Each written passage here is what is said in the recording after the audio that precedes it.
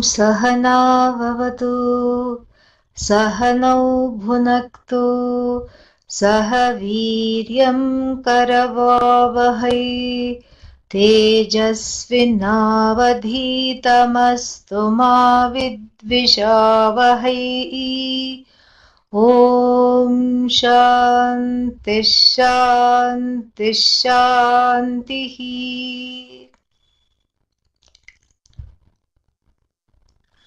We have in the Bodhasara finished the portion, a very long portion called, what was it called? Elixir of Devotion, Bhakti Rasayanam. Yeah. Then the question arose, what next? Where to go? And I'm losing my bookmark. Hang on a second. I had it somewhere. Here it is. Okay. Where to go? What to study now? The thought came. And I looked at the next section, which is somehow called Raja Yoga. Not just Raja Yoga, something about Raja Yoga. Yeah. So it's called, let me tell you exactly what it's called. He's calling it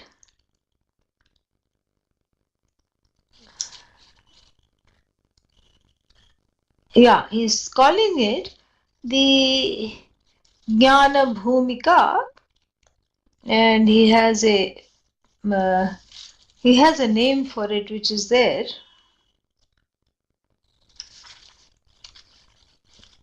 I'm not finding it, but it's got an interesting name. Raja Yoga Bhaskaraha or something like that. Illumination of Raja Yoga, something like that. And I'm not sure what this Raja Yoga is, and it is this philosophy is influenced in part by what is written in the Yoga Sutras.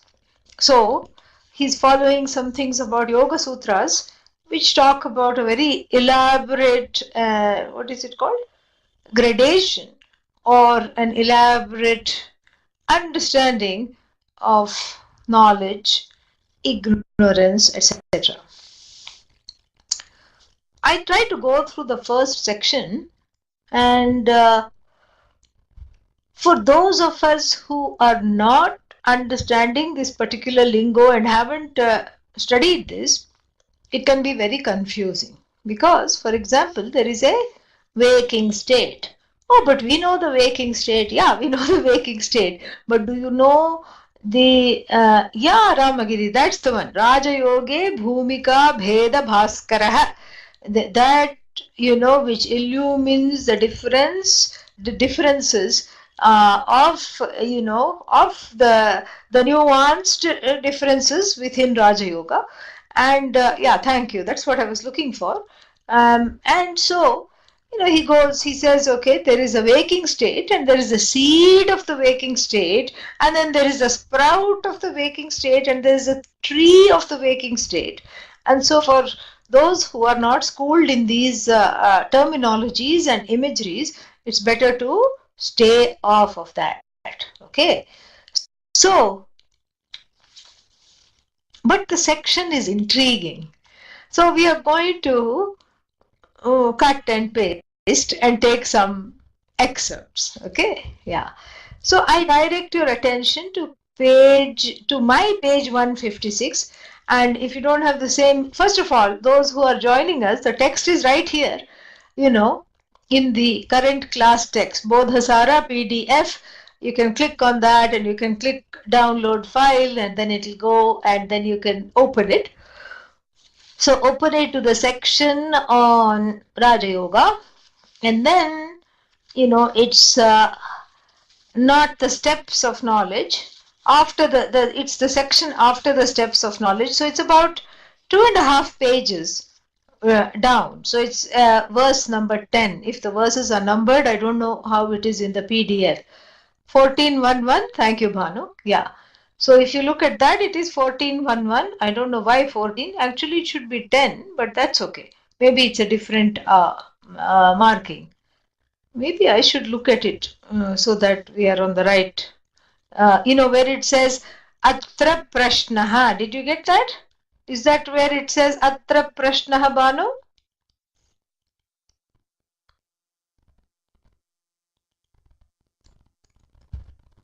Yes? No?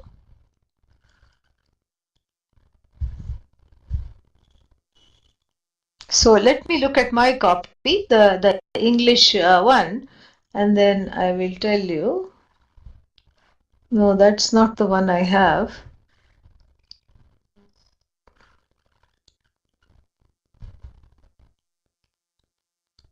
Yeah, maybe it's this one.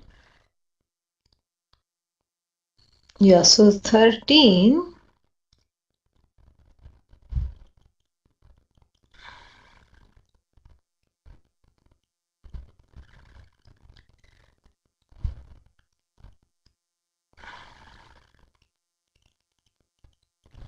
Yeah, 13. Section 13.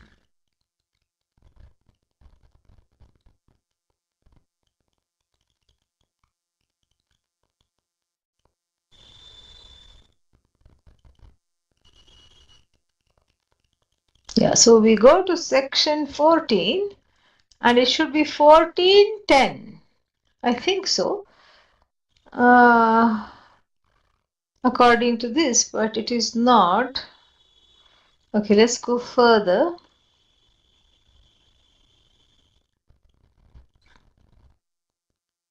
Jnana Bhumika. Here it is. 14. Yeah, here it is. So it is Atra Prashnaha 14 to 10. Okay? 14.2.10. Go to that place. And is the PD, no, not page 21, page 26 in the PDF, about 3/4 way down, 2/3 way down, and it's where it says Atra Prashnaha, and just go by the verse number, it's easier to find, 14.2.10. Okay? And if you're having the book, it's page 172, as Janani pointed out. Okay? Are we on the same page? Yeah, but I don't know what you're following. If you're following the Bodhasara PDF from the writings, from the class text, then it is page 26 and verse number 14 to 10 onwards. Yeah, if you have the book, it's page 172 where it says Atra Prashnaha. Okay? Yeah. So is everybody on the same page? Literally? Yes? Okay.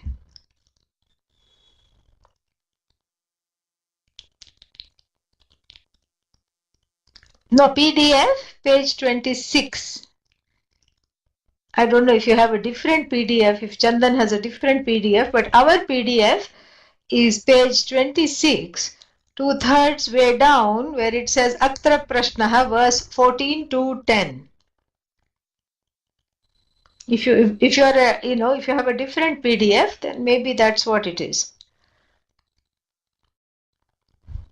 Yeah, go by the verse number. Just follow the verse number 14.2.10. 14, 2, 10. Okay? Yeah. All right.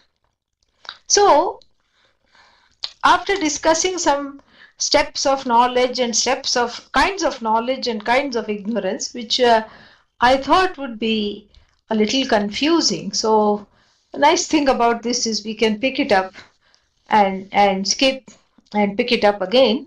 But this section is very nice because it talks about mumukshutvam, and we all know what mumukshutvam is. Moksho me bhuyat iti ichha, mumuksha. So may there be moksha for me, iti, in this manner. The desire for moksha is called mumuksha. It's one of those desiderative nouns which are always feminine, san pratyaya, and there is a certain duplication of the of the root much, much, much, mumu, mumuch, and the cha becomes ka, and mumuksha. Actually, sometimes it is sa, but then because it has ka there, it becomes mumuksha. Whereas in another word, jignasa, the desire to study, the desire to know, there is sa there. Okay, so like this. So this is how it is formed. And so now here, it's a very interesting section. And the section is talking about how come one learns, how does one become a mumukshu? I mean, consider this. One is living in samsara, steeped in samsara, pickled in the oils of samsara. Oils means because samsara is very sticky and unguent, all, you can't really clean off samsara because you just, you're pickled in it. And then one, the Vedanta says one is born in ignorance. And then ignorance includes ignorance of mumuksha, that I have to seek freedom, one is ignorant. And that the freedom is what I want, one is ignorant. And that is all parts of self-ignorance. So now this interesting exchange is taking place, supposedly between the teacher and the student, we have to say, or between the, between the, in the author's mind itself, and it's presented in the form of a question for Sukha Pratipatti. Sukha Pratipatti means for ease of understanding. For ease of understanding of what? For us. So that we can understand this with ease, it is presented in a question answer form, because those questions are already deep down within all mumukshus. So those that are mumukshus are thinking, how did I become a mumukshu? What happened? It's a surprise. Because, I was going along with my life, and, from movies to malls to balls, I was going, and I was keeping on doing this, work, home, marriage, family, children, this, that. How did I become a mumukshu? And this is a surprise. And then, and sometimes one might be thinking about other people, who are not mumukshus. In one's circle, there may be many non-mumukshus, amumukshavaha, so non-mumukshus, and then looking at the non-mumukshus, you think, how will they ever become mumukshus? And so this is a very interesting thing, because, usually, that's why I like this text so much. The Bodhasara is so beautiful, because usually we are not, the authors, the Vedanta authors are not thinking about who, how does one become a mumukshu. So they just list off all the sadhanas, you have to have mumuksha, viveka, vairagya, and the six-pack. What is the six-pack? Shamadama, uparati, etc., etc. And then they define each one and then go on. But here, this author kind of silently has tapped into an important question, that, not a question so much, even though it says prashna, but an important area where there is a certain kutuhala, a certain curiosity. How does one ever become a mumukshu? And what transpires? It seems like it's magic. Up till yesterday, the person was doing everything that the people around her or him were doing. He or she was going to work, unconcerned about anything else, thinking that that's all there needs to do, and he or she was raising the family and going on vacation, and then getting tired after going on vacation, and then having a week of staycation. So the person was just going on uninterrupted in their lives without any problems. so to speak. And suddenly the next day, the person is in search of a guru. How did this happen? What happened? And sometimes it is sudden, sometimes it is gradual. Nonetheless, it is still mysterious. And then, so you get a kind of you get impressed by the mind of this, Narahari, talking about how, talking about these kinds of questions. And so let us see the question. The question is in three parts. And so the first three verses, number 10, number 11, and number 12, are articulating the question. Let us see this. You can chant after me. Samsarameva yo vetti mokshamargam na vetti yaha. Samsarameva yo vetti mokshamargam na vetti yaha. Tasya samsarinah purvam mumuksha jayate katham. Tasya samsarinah purvam mumuksha jayate katham. So this is the opening question, very, very powerful, So here is somebody who knows, let us look at the last portion. Let us take the last pada. Mumuksha jayate katham. Mumuksha is moktumicha, the desire for freedom. Jayate is born. Katham, how? How is the desire for freedom born? This is the refrain of all the questions. How is the desire for freedom born? So the desire for freedom, how is it born? This question is not a rhetorical question. It is a real question. How is the desire for freedom ever born when, and the conditions are given in the other, other quartets of this couplet. So the first, the first quarter is samsarameva yahaveti. So it is talking about a person, any person in the society who veti means knows. What does the person know? Samsaram eva. The person is cognizant only of samsara.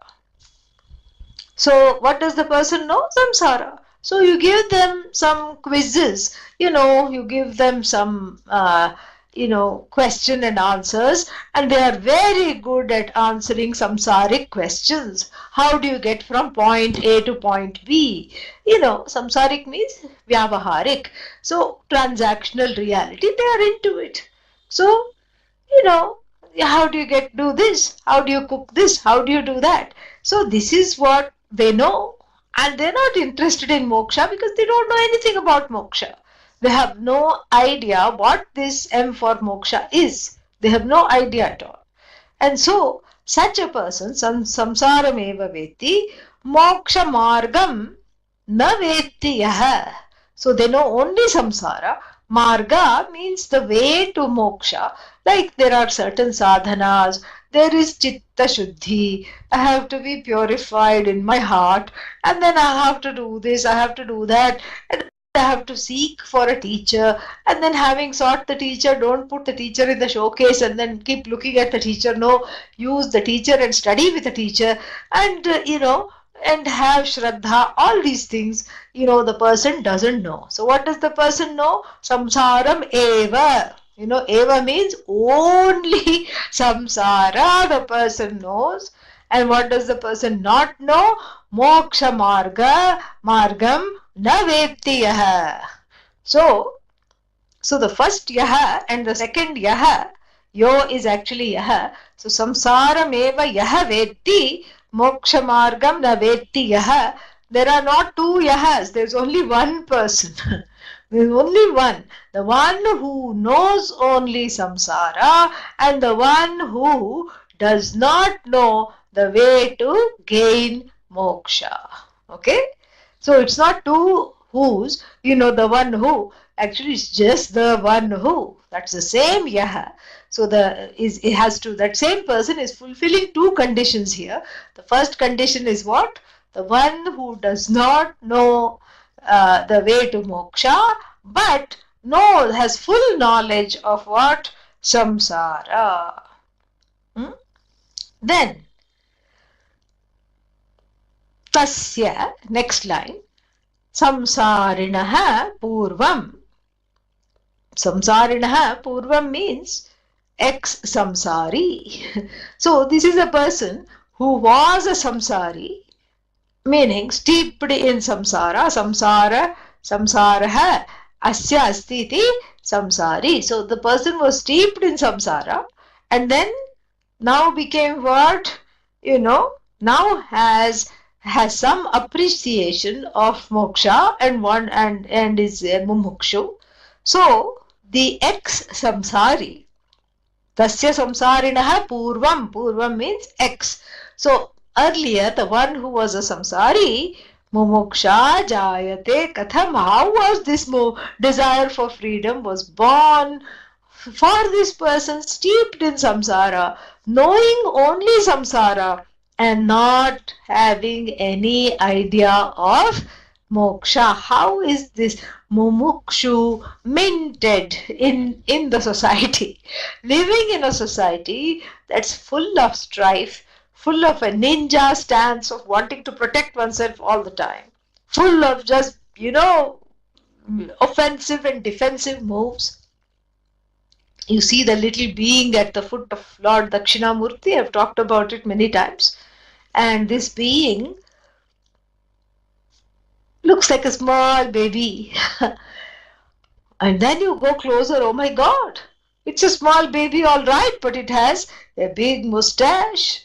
And then scarier still, it has a shield in one hand and a dagger in the other, a drawn dagger. So, not nice, not a good baby. What is this? Inner child. This is the inner child that is a truncated adult, and as though adult, but that hasn't grown up, And so, this is the child who is, who is the sum total of all earlier hurts, pains and sorrows that have not been interrogated, that have not been processed, where the blame is always put on the other person, where there is no internal reflection. And so such a person will always be offensive and defensive. So everybody, who is in samsara and who is not a mumukshu necessarily is offensive and defensive. Maybe some people come across as very calm, but we haven't reached their threshold yet. Everybody has a certain limit and it's very easy to cross that limit. They may look very calm because things are temporarily going their way, but the moment things don't go their way, they will lose it sooner or later. And lose it means what? Succumb to the affliction as though it were real. Succumb to the affliction, and then if things don't go their way, then all the raga dveshas come out for a big party, and then, whether they party or they have a repartee, I don't know, but then they are having a lot of conversations, and then the person succumbs to samsara. So, so this kind of a person living in this kind of a strife, building an arsenal of offense and defense mechanisms, because you don't know when it will come in use. You have to protect yourself, you have to protect your assets, you have to protect your family, you have to protect your house, you have to protect your money from itself, meaning inflation, so you have to keep thinking of new ways of investing it. And the whole thing is about insecurity and protecting yourself against that primal insecurity, which is what is the definition of a samsari. Samsara means, the kshetra or the place where this insecurity is deeply felt and replicated, where within, and that place is centered on the I. And then it is reflected without, because that whatever is happening inside is reflected in one's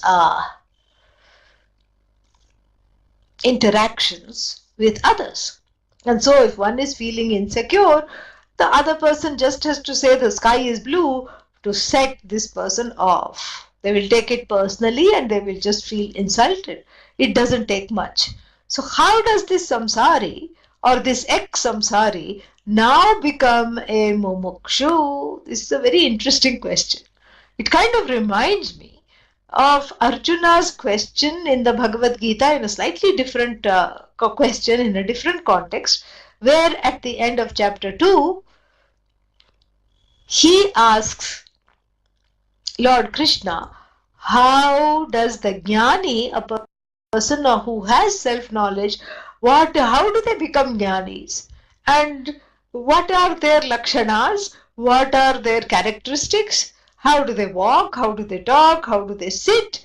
What do they eat? All these things he wants to know.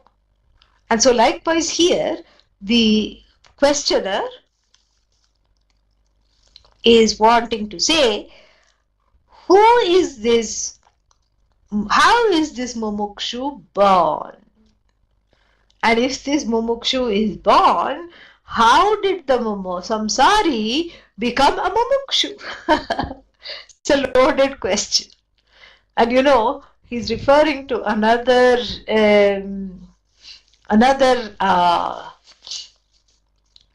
saying in the in Vedanta Shastra. Brahma, there is a kind of an idiom. I don't know if you encountered it here or not, but it is called Brahmara Kitavat. So Kita means insect, Brahmara means bee. So this is actually an optical illusion, you know. So a bee goes and, you know, picks apparently, or picks up a hapless worm and then keeps on stinging it, and then that's all you see. And then after a while you see another bee, a small bee, a baby bee, you know, come out and fly out. So the idea is that being stung by the bee repeatedly and relentlessly, what is happening? The worm, Kita, has become Brahmara. It comes in the Viveka Chudamani. It's not in here. We haven't encountered it. So, Brahmara Kitavat, it is there. And so, now the Kita has become a Brahmara. The worm the insect has become a bee, because the bee, it lived with a bee, and then it was a wannabe bee, and then it was stung by the bee, and then it was, you know, relentlessly stung, and then it flew out, it became a bee. So that's not really what happens. I mean, there's something else going on. I've forgotten the details, but apparently it's trying to make it's trying to make a nest or make a meal for the, whatever it is, for the egg that is to hatch or whatever it is. And so, you know, we think that the bee is the insect, the worm is getting converted into a bee. Really speaking, there is no such conversion happening. This is an optical illusion. Likewise here, the samsari turning into a mumukshu is equally an optical illusion. You know, mumuksha jayate kasmat. How on earth, katham jayate? From where is this mumuksha born? How is this mumuksha born for the one who is a samsari? And in the beginning I said it's not a rhetorical question. Why? Because it is answered, and it is answered in detail, as you will see. But it is a rhetorical, this is the greatness of Narahari. It is a rhetorical question, because really speaking, think about it. If one is a samsari, can one ever become a mumukshu? No, because moksha and samsara are not leading, they are not convergent paths, they are divergent paths. And in fact, they never meet, you know. They are two different paths. But here it is clearly said the one who knows samsara but doesn't know the path of moksha, how will that person become a moksha? Very interesting question. Because if it is like the insect that has been repeatedly stung, and then after it has been stung, what does it do? It becomes the it becomes the bee. The worm that has been stung becomes the bee, and the samsari that has been stung by samsara becomes a mumukshu. No, if you are a samsari, if one is a samsari, one can never become a mumukshu. If one is a mumukshu, one is not a samsari. So how is this conversion taking place? Huh? How is this conversion taking place? Because this is in the realm of what we call mithya. Mithya means the as though reality. So the person is never, unfree. So the moksha, you don't have to say moksha me bhuyat, let there be moksha for me. You don't have to say. Why? Because you are already mukta. So where is the samsara? Tell me. You're already free. There's no samsara there at all. And if there is no samsara, how can you be a samsari? No. For you, there might not be samsara. For me, there is samsara. No. If there is no samsara for me, then there is no samsara for you also, because the I in me is the I in you. And if the I, the self, is revealed by the Shastras to be Nitya, Shuddha, Buddha, Mukta, Atma, that I is Nitya Mukta, always free. And so this always free I, it's a very interesting, question. So the question should not be how did this person become a mumukshu. I think better yet the question should be transposed to read how did this already free mukta purusha become a samsari. Both ways it can operate. So how did the samsari become a mumukshu?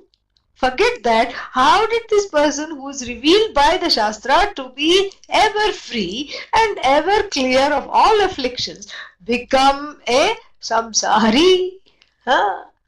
Both those are very interesting questions, and both those are mithya.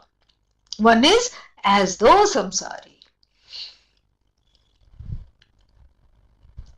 No, that's not fair. Why is it not fair? Because how can you be an as though samsari? If you are an as though samsari, then you are an as though mumukshu as well. Correct. You are absolutely right. Don't think I'm favoring mumukshu and then giving the mumukshu the status of satyam, and samsari is mithya but mumukshu is real. Mumukshu is ultimately real. No, both of them are as though. Because if you study the Nirvana Shatkam, it concludes na guruhu, na shishyaha.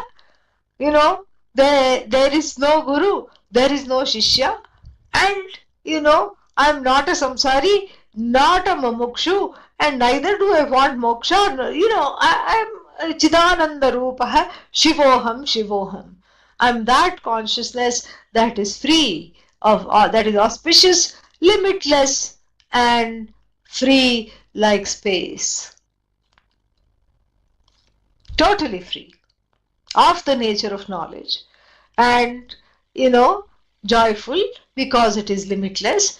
And on top of this consciousness, so to speak, to put it badly, on top of this consciousness is projected the status of the mumukshu, or rather this consciousness, when it is associated with the status of mumukshu, it is called mumukshu. When it is associated and claims and identifies with the status of being a samsari, it calls itself samsarin. Really? So how is moksha born? How is the desire for moksha born for one that is a samsari? Really speaking, there is for moksha, there is no way. Yeah. What way are you talking about? No. You have to get chama, you have to get tama, you have to get uparati. Yeah, that's an internal way. But really speaking, there is no road saying road to moksha. And then, there is some little, town called moksha and you go and settle there. Happy place. No such thing. Because it's an internal removal of that which comes in the way of seeing myself as already free. And the removal of that which stops me from seeing myself as free is called self-ignorance. And that is what is removed through self-knowledge. And then when that happens, then it is very clear that I am neither guru nor shishya, nor am I man or woman. I am neither the sum total of my bank balance, nor am I, someone who is, my house, my people. I am neither daughter nor son, nor spouse, nor father, nor mother. I simply am. And that isness or that amness is associated with the creator of the universe. So this is the secret here, because both those statuses are mithya. That I am a samsari, oh my God, that's terrible. That's in other words, it's my own perception. It's a misperception. And this misperception that I am a samsari, that I am an idiot, is a misperception. That I am a seeker of freedom is at least an objective statement. Because really speaking, you're not seeking anything. But because of the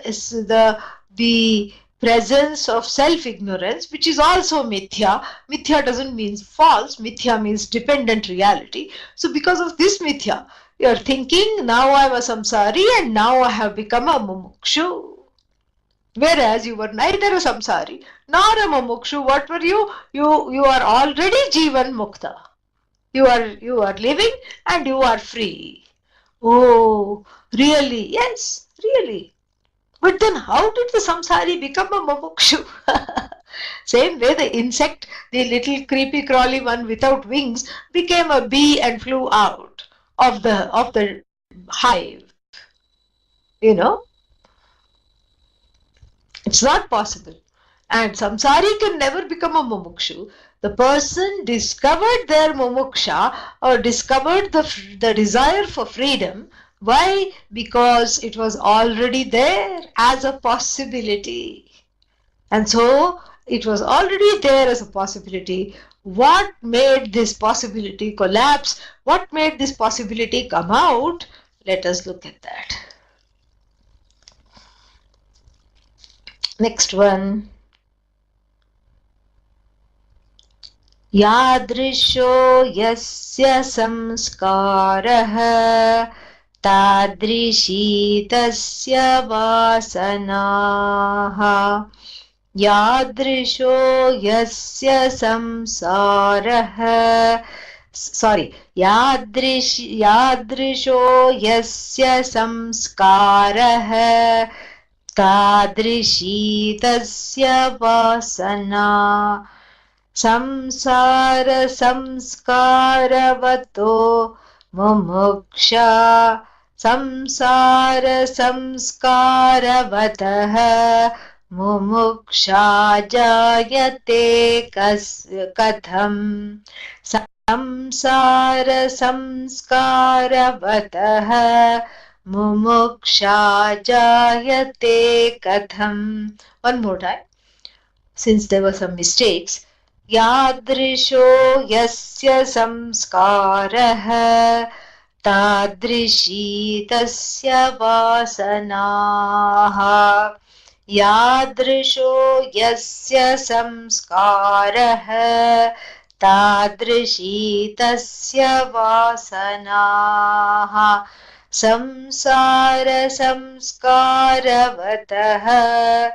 मुमुक्षा जायते कथम् संसार संस्कारवतः मुमुक्षा जायते कथम्. Yadrishi means in which manner. Tadrishi, in that manner. So Yadrishi, in which manner. Yasya samskaraha.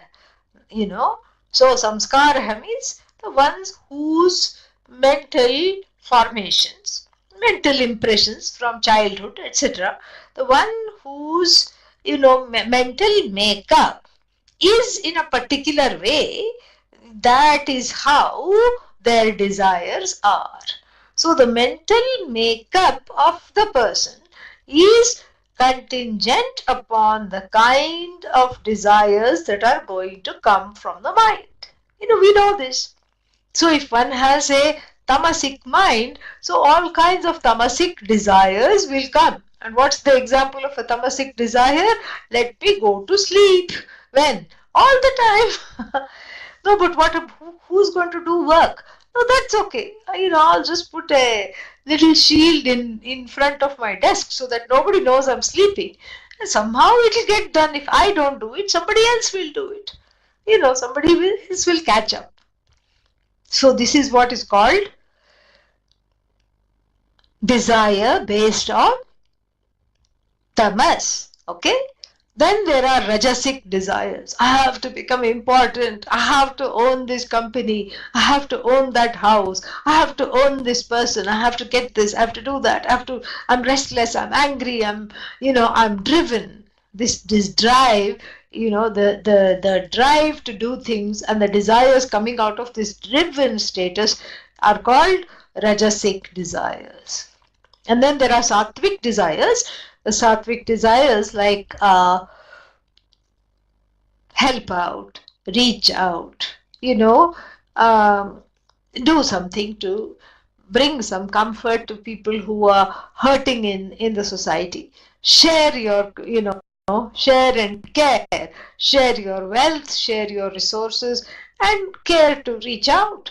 All these are called sattvic desires, where you don't just live for yourself and a few loved ones. We're actually going out and, sharing something with the community that you would love for them also to have. So these are all sattvic desires. So based on one's samskaras, whether the childhood was excessively rajasic or tamasic, or whether it was sattvic, or do we have those kinds of samskaras lead to certain kinds of expressions of those desires. So the mental makeup of the person, the first line says, is very, very contingent or intimately connected with the kinds of desires that spew out of the mind of such a person. So yadrishi yasya samskarah tadrishi tasya vasanaha. So their desires are in keeping with their mental impressions and the gunas, etc., certain inhibiting factors. And then what the next line says, we'll just see the meaning. Samsara samskara vatam or vatah. So it's a very interesting pun between samsara and samskara. Samsara samskara vatah mumuksha jayate katham. So for this person, their samskara is samsara. So their mental impression is that this samsara is all, is everything. So therefore, how will that person ever become a mumukshu? We'll find out after a small 5-minute break, because the class is 1.5 hours long. So I just want to give people the opportunity. So I won't say the closing prayer, just take a 5-minute break and then we'll come back.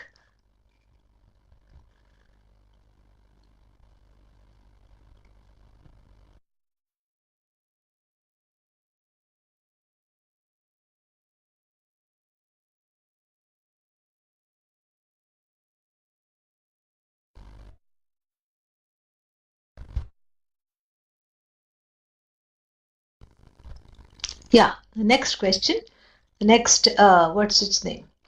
Verse, that's what we are looking at. And the question is very pertinent, is that for one whose samskaras, whose upbringing and whose understanding is only samsara, how is moksha even a possibility? How does the person get to that place? Because he gives a logic. The logic is given first. Yadrishi yasya samskarah tadrishi tasya vasana. So there, the samskaras or the mental impressions are connected with desires. So if the mental impressions are all about seeking this, that and everything, so that's what they'll be seeking. They'll be seeking everything except freedom. And so if that is the mental impression, is to keep seeking time-bound things, how will the person, this is what is hidden meaning here, because the vasana means specific desires that go after objects. And that's going to be clarified in the next verse very nicely. So the specific desires that go after objects, and if that is the pravritti, if that is one's tendency is to go after objects, how katham, how on earth is the desire for freedom born? Because the desire for freedom is not about going for objects, it's for going after the subject. So here, if one is always interested in the time bound, how does one get interested in the timeless, which is oneself? How does one even have that possibility of that desire fructifying? So this is another angle of the same question. Very interesting question, because it's also showing that the desire for moksha is not an easy acquisition. It's not easy to cultivate the desire for moksha. Firstly, because moksha is uncultivated, so the desire for moksha is also unproduced, uncultivated. It simply is there. But what he's saying is that for that desire to be free, to manifest itself after competing with 1,000 other time-bound desires, it's a magic. It's very magical. And so that's the whole idea of saying this, because the questions are very loaded. They're not just for example, what is that text? Tattva Bodha questions. Moksha kaha. What is moksha? Moksha, mumuksha ka. That is the question. Mumuksha ka. What is mumuksha? And the answer in the Tattva Bodha is moksha me bhuyaditi ichha. So, may I get moksha? This kind of a desire is called mumuksha. May I be free? This kind of a desire, the desire to be free, is called mumuksha. That's a very, we are talking of Vedanta 001. That's a basic text where all the terminologies are explained. So texts like that, and even to a certain extent, in a more sophisticated version of it, is the Vivek Chudamani. The one who is sick of samsara, and there, moktum ichha mumuksha. So the desire to be free is called mumuksha. It's talked about very elegantly, but still on the level of taking the word mumuksha or desire for freedom for granted, and not really churning that concept of not really getting to this in-depth discussion. And this is very in-depth because the author here is querying how on earth is the person who is interested in the external ever get interested in the self?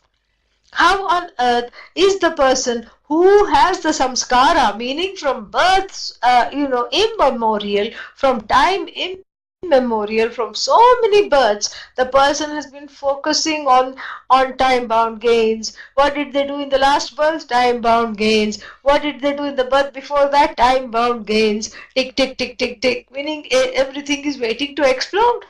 Time-bound, time-bound, time-bound, time-bound, time-bound, time-bound, time-bound gains, time-bound vasanas, time-bound. Vasana itself means time-bound gains. Here in this context. And then, but Advaita Vasana, the desire for Advaita, the desire for seeing oneself as totally one with everything, non-separate from Bhagavan, that is what is called Advaita Vasana. And, Vivek Chudamani talks that, Durlabham Pumsam Advaita Vasana. It is difficult to have this desire for, for in humans, it is very difficult to have the desire for moksha, very difficult. And so this is what is talked about. Why? Because when the samskaras are just taking the person away onto the road of time-bound gains, that is that the fact that, or even the possibility that the freedom is just within and I just need to understand it is not available.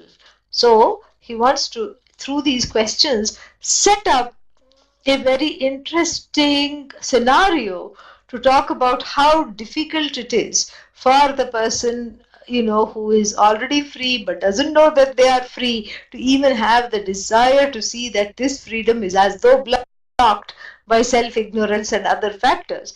That itself is a big, it's a big stumbling block while in samsara. And he explains that in the last question. It comes out very clearly. Let us look at that. Mokshe tu vishayo nasti. Mokshe tu vishayo nasti. Sukham na vishayair vina. Sukham na vishayair vina. Iti mudhadhiyam purvam. Iti mudhadhiyam purvam. Mumukshaiva katham bhavet. Mumukshaiva katham bhavet. Very simple and entertaining verse. Mokshetu, whereas in moksha, vishayo nasti, there is no object. So when I say I have the desire for moksha, is moksha an object? Is it like saying I have a desire for ice cream? I have a desire to have a house. I have a desire to have this particular job. I have a desire to buy this particular, book. Or I have a desire for this television show. I have a desire for this movie. Or I have a desire to take this trip. See, these are all concrete things. For those desires, there is an object.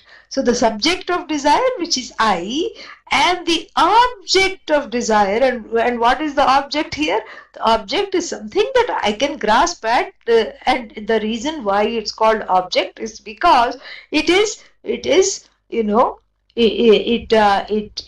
graspable. It is, in other words, it's an objectifiable desire. It is objectifiable by the subject. Without fulfilling those desires, the object, is unattained, and the subject is abject. Abject means dismal. And so this is what the whole thing is. So the dependence on the objects, is what is there in all samsaric. This is the samskara of samsara, is the dependence on objects for what? My happiness. But moksha doesn't have an object, and moksha is not an object. Right? You can't go to the shop and buy some moksha. You can't even order it online. You can't say, I have misplaced my moksha. Can you please find it? No, because it's not an object. It is, in fact, freedom is not an object. It's not a state of mind. It's not an emotion. It is yourself. It is oneself. So this freedom is oneself alone. And so if this freedom is oneself alone, then there is, so the freedom doesn't have an object or is not objectifiable. How are you going to grasp moksha? How are you going to, cut it into pieces and share it with friends? How are you going to buy it? How are you going to smell it? How are you going to look at it? You can't do anything because it is not available for the sense organs to objectify. It is you.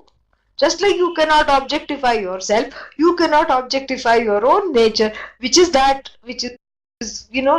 mukta, always free. And he gives a nice contrast. In moksha, there is no object. In moksha, there is no object. In the desire for moksha, there is no object there. Because the desire for moksha, as we discussed earlier, is the desire for knowing the subject. Mokshetu vishayo nasti. Whereas, the tu is here. Tu means whereas. Whereas, sukham na vishayaihi vina. So this so-called happiness that I am cognizant of, that I am aware of, that I want in my life to reproduce is an object-based happiness. It's not happiness. Nobody says that I'm just happy for no reason. There's always a reason. You try to find out the reason. Oh, my grandchildren are doing very well in school. Okay. So that is the object of the happiness. What is the reason? Oh, Diwali is coming. I'm very happy. So Diwali becomes the object of your happiness. And then what is happening? Oh, something else is happening. What is happening? I'm going on a trip somewhere. So your trip becomes the object of your happiness. Or somebody has invited me to dinner and, they are very good cooks. And so that becomes the object of happiness. Can you think of happiness without an object? No. Can you think of moksha as an object? No. So here is a very interesting, interesting dichotomy. Moksha has no object and happiness, is totally dependent on objects. Happiness cannot be without object and moksha doesn't have, objects. So this is what, the person thinks. So the person is drawing a nice parallel between moksha and vaisheshika, vishaya-based or object-based sukha. So there is no sukha without objects. This is what the person thinks. And there is no object for moksha.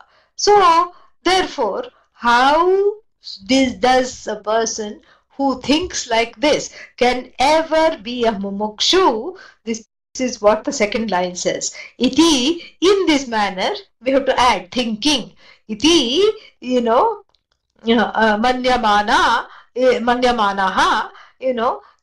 so thinking in this manner, mudhadhiyam, for the people who are mudhadhihi, the deluded ones whose buddhi is deluded. So for the deluded ones, purvam, for the ones who were like this before, moksha katham, how can there be a desire for liberation for people who thinks, for such people who thinks that in freedom there is no object, and then in happiness, where happiness cannot remain without objects, so how can such a person be a mumukshu?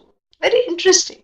Because how is someone who is depending on objects for producing their happiness is going to give up those objects, because you have to give them up, because you have to, even to entertain the thought that you are free, you don't need anything else. You have to even at least mentally give up the connection to the objects, and if not give up, at least suspend that dependency to be able to appreciate this. But if the person is firmly convinced that my happiness lies in all the trips I take and, all these things, then how is that person ever going to see that, that the happiness is centered on oneself, and has no object, because the happiness is actually the subject. Very beautiful. And so these three questions form the bhumika, the prastavana, the introduction or the background for the what is going to follow. So if we look at the questions deeply, we have,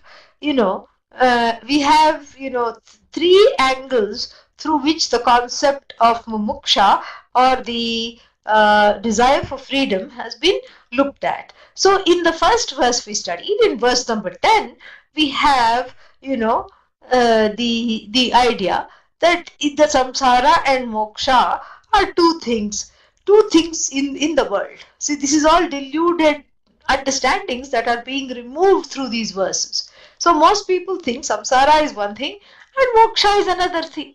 And in fact, the one is opposed to another. That's why people say, I don't have time for Vedanta class because I'm doing so many things.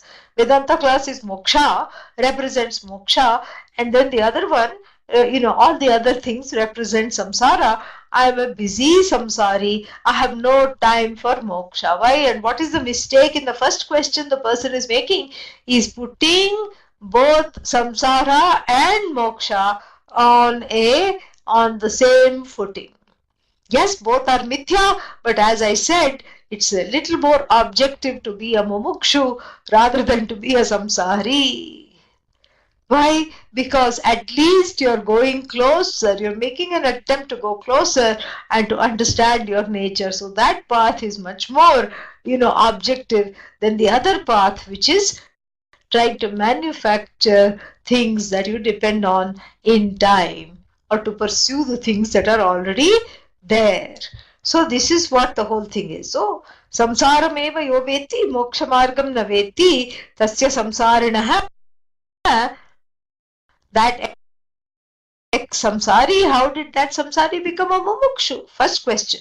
Second, now question of samsara. What is samsara other than the samskara for desires? Because without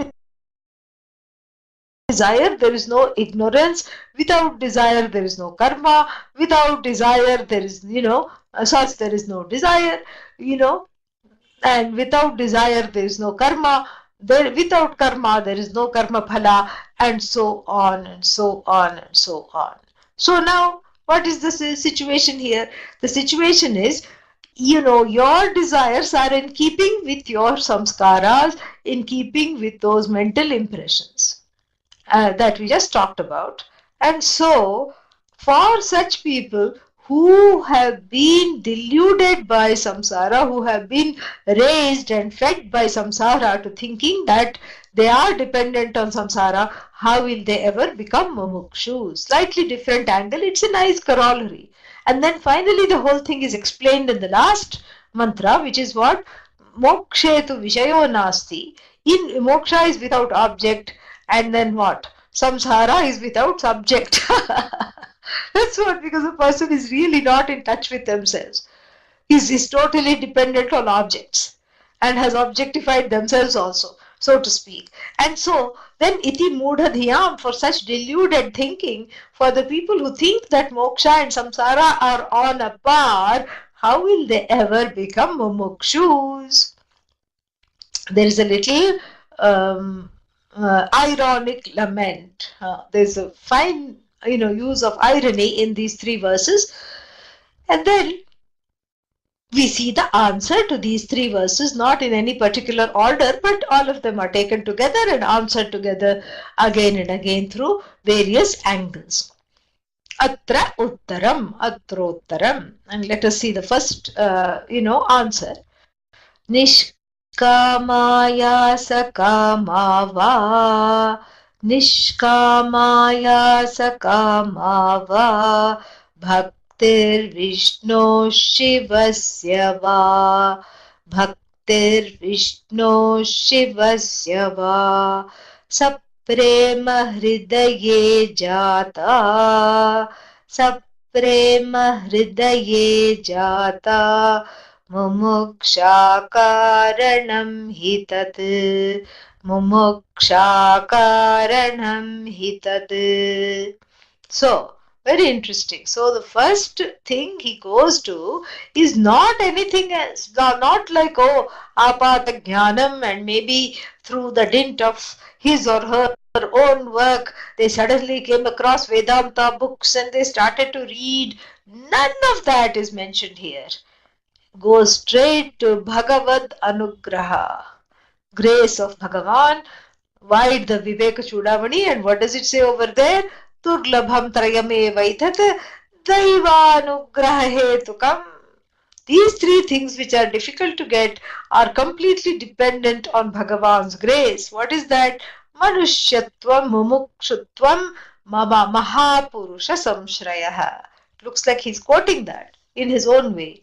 So the human birth is difficult to gain because of all the karmic overload of all kinds of things that are waiting there to fructify. That I got a human birth is amazing. And then what? What else is difficult to gain? Mumuksha. They're called mumukshutvam. Same thing. So mumuksha, or the desire for freedom, is difficult to gain. You can be a human being, but you can't have the desire for, you may not have the desire for freedom. You may be a human being and have the desire for freedom, but you may not know how to go about it and finding a guru, etc. So the last one is Guru Upasadanam or Mahapurusha Samshraya. Not there. Not there. And so what to do now? So not there means, we have to see that all these three are dependent upon what is called Bhagavan's grace. And so here he goes straight to bhakti. So bhakti for Vishnu or Shiva, he says, or any kind of Bhagavan, any form or manner of Bhagavan, bhakti is the key for mumuksha. So what is the connection between bhakti and mumuksha? Because saprema mumuksha, saprema hridaye jata, so it makes one into a loving and compassionate person. So when there is bhakti, that means there is love in the heart. So when you have a child, also there is love in the heart. But we are not talking of that. We're talking of a different kind of a love. And what is that love? That love is where the will, the so-called free will, is totally free. In other kinds of expression of love, the will is not free because that love is tainted by duty, obligation, I better do this, or your own vasanas, whatever it is. So some pressures are there in the day-to-day love that is expressed to one's family. But this is a love that's a very different kind of a love. And what is this love? This love is, ahetuna, ahetuna means without any reason, the person has developed a relationship with Bhagavan for no reason. So that's what is called Nishkama Bhakti. For no reason the person has developed a relationship with Bhagavan because they came to know that they were alienated from Bhagavan and they wanted to go back to Bhagavan, and so they developed a relationship with Bhagavan. Or Sakama or some others developed a relationship with Bhagavan because they wanted something in their life. Nothing wrong. It's not that the Nishkama is better than the Sakama. No. They developed a relationship with Bhagavan because they wanted something out of life. What's wrong with that? There's nothing wrong because, they could have robbed a bank to get whatever they want. They could have offed a few people, but they didn't do any of that. They just said, I'm helpless, I'm hopeless, oh Lord, please help me, oh Goddess, bring me, something, whatever I need. Keep my family safe, whatever it is. So that is called Sakama Bhakti, meaning, Kamena Sahavartate, Kamaihi Sahavartate, the one that is along with all the desires. So a desire-filled bhakti or Nishkama Bhakti, where there is no kama in the heart. Oh Lord, I just want to know who you are, and that's all I want. I just want to be with you, and I just want to forge a relationship of loving bhakti towards you. That's the only object. I'm not doing this so that I'll have wealth, health, happiness, etc. None of those I need. I just need you, So this kind of a bhakti is, or even the other kind of the bhakti, the regular kind that we know, give me this, give me that, keep my family safe, give me lots of money, etc., etc., etc. All this is, is permitted. But because whether it is sakama or nishkama, both of them, what is that? It is still bhakti. This is just a little frill on the word bhakti, sakama and nishkama. But it is still bhakti. Why? It is saprema hridaye jata. It is a love that spontaneously arises in the heart because one is expanded, because one becomes part of the whole universe. Because one sees Bhagavan manifest as the universe, and in connecting to that universe, one is in touch with that limitlessness, albeit temporarily. One is in touch with the vastness that is Bhagavan. One as though merges in the bhajan and the bhakti in that vastness. And then so there is a temporal suspension, a small suspension of samsara happening for this person who is living, who's living big, who's living an interconnected life with Bhagavan. And so therefore, whether it is sakama or nishkama, the bhakti, brings out loving devotion, which is the fuel for what? Mumuksha. So let us see that more. What does he say here? Yeah. Mumuksha karanam hitat. Here again he can't help himself. It's full of word plays. So this mumuksha karanam hitat, straightforward, and that's how the translation is there on the opposite page. Page. So here he says saprema hridaye jata, so that the loving devotion, which is born in the heart, whether it's desire based or non-desire based, becomes the cause for mumuksha. Karanam bhavet. One meaning. So the loving devotion gained as a result of the practice of bhakti towards the Lord in any of his or her forms becomes the impetus or becomes the reason for mumuksha to rise up from its, from just being a potential, a wasted potential. It's not a wasted potential because mumuksha is coming out. Why? Because the heart has thawed out and allows this mumuksha, the desire for freedom, to be seen. So saprema hridaye jata mumuksha karanam bhavet. First meaning. Second meaning, since both these two A's are there, we can say mumuksha akaranam bhavet. So mumuksha rises without any reason. We can take that meaning also. Both the meanings are possible. So as long as in the presence of loving devotion, when the person's heart is transformed and starts to melt and the person is free of offenses and defensive, and when the chitta shuddhi takes place as a result of bhakti, because that is the reason for bhakti, is chitta shuddhi. The heart is cleared of all the pains, sorrows, fears, etc. And so for that person, mumuksha, the desire the desire for freedom spontaneously arises. Very nice. So both the meanings are permissible.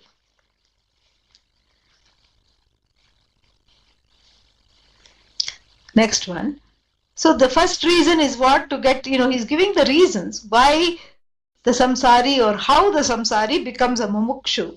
So the first one is what? Bhakti. Because of bhakti, what happens is that, the heart melts, and then, without any reason there is mumuksha, or this becomes the cause for mumuksha. Both those interpretations are correct. Okay. So, so that is the first reason. The second reason is given here. Kadachid chuddha bhavena ganga tire tapah kritam. Kadachid chuddha bhavena ganga tire tapah kritam. Tat punya paripakena mumuksha jayate satam. Tat punya paripakena mumuksha jayate satam. So, kadachit, when, shuddha bhavena, at some point. Kadachit doesn't here mean when. It means at some point. At some point what?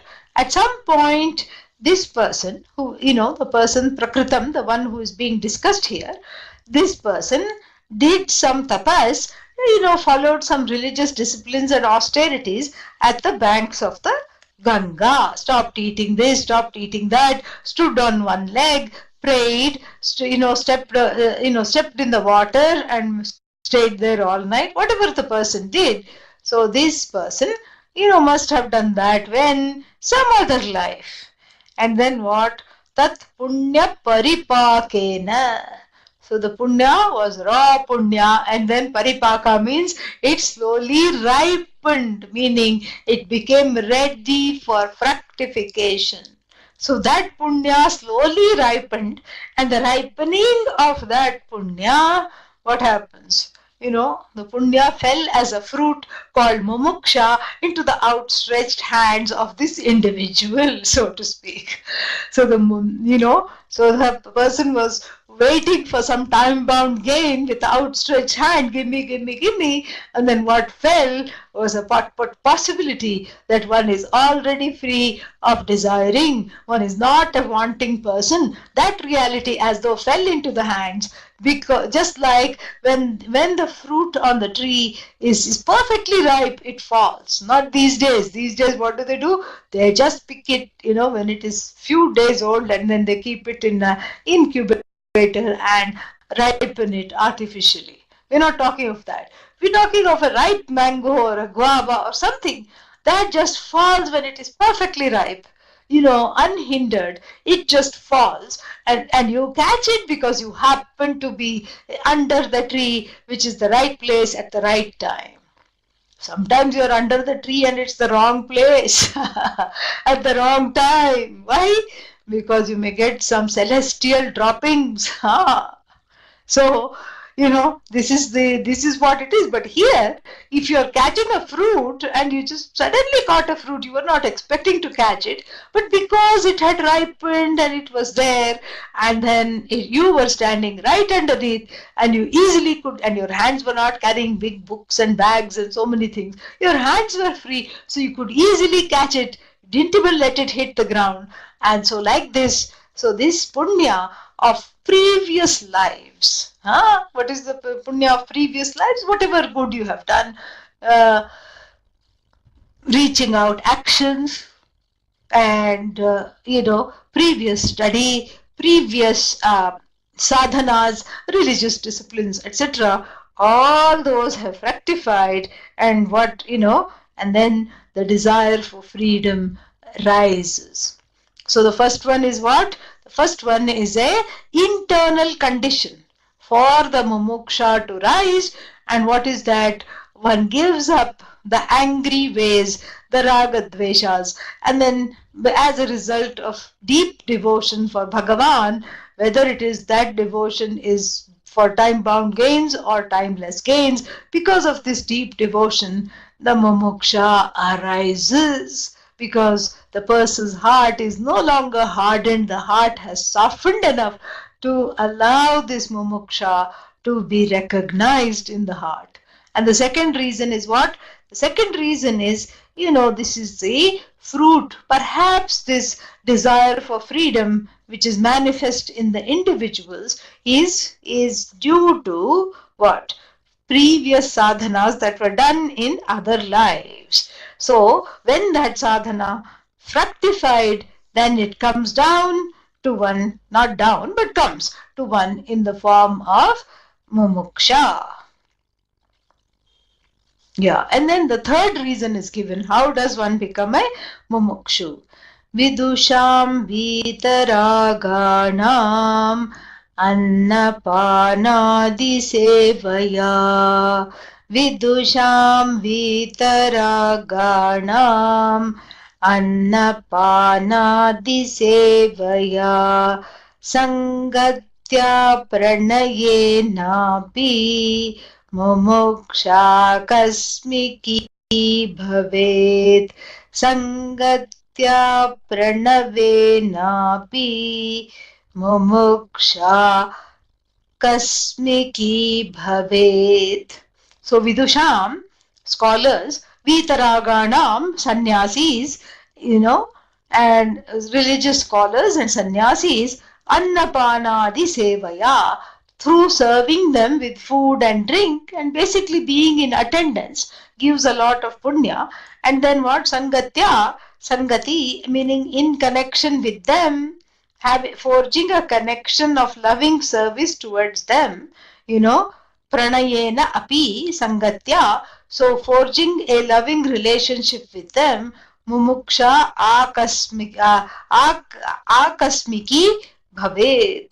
Akasmat means suddenly, unexpectedly. Akasmiki mumuksha means it is an unexpected mumuksha. It was not that I had the thought, let mumuksha come and then I will go and do this and mumuksha is going to come at 9 o'clock. No.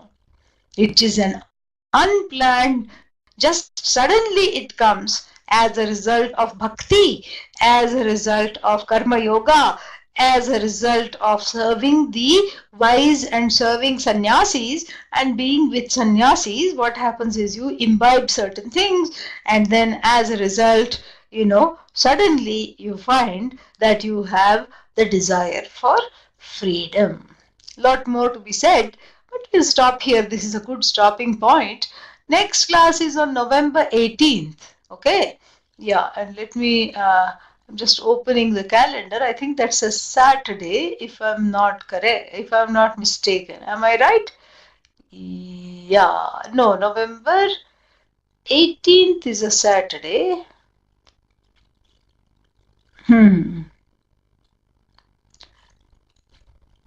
So let's see.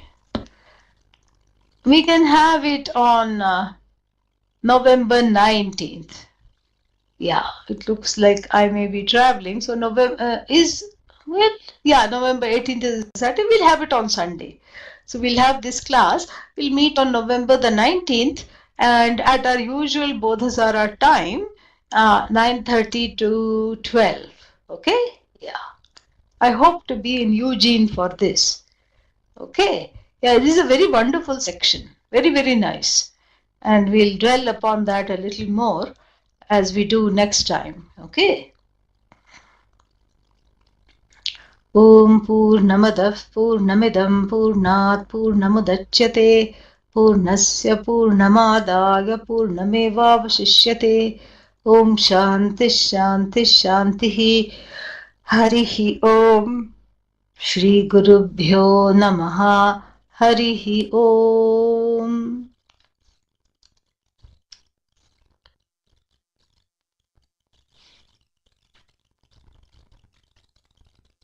Yeah, very nice section. Very deep. Beautiful. Yeah, nice to see both of you. Will you be there? November 18th, 19th, you're there? In Eugene? Deshpande's? Oh, good. Fantastic. Very nice. Awesome. Om. So we can use samsara to drive to moksha because it is dukkham, dukkham, dukkham, and then little bit of sukham. Sure, yeah, you can say that. But it's better to see these other reasons because it's talking about God's grace, Bhagavan's grace, and that grace is nothing but earned punya. I mean, he's a very pakka Vedantin here, no mistake. So that grace which is being talked about is nothing but your own punya which is earned, which fructifies in time. More we'll see later. We'll revisit these verses next time. Okay? Om. Thank you.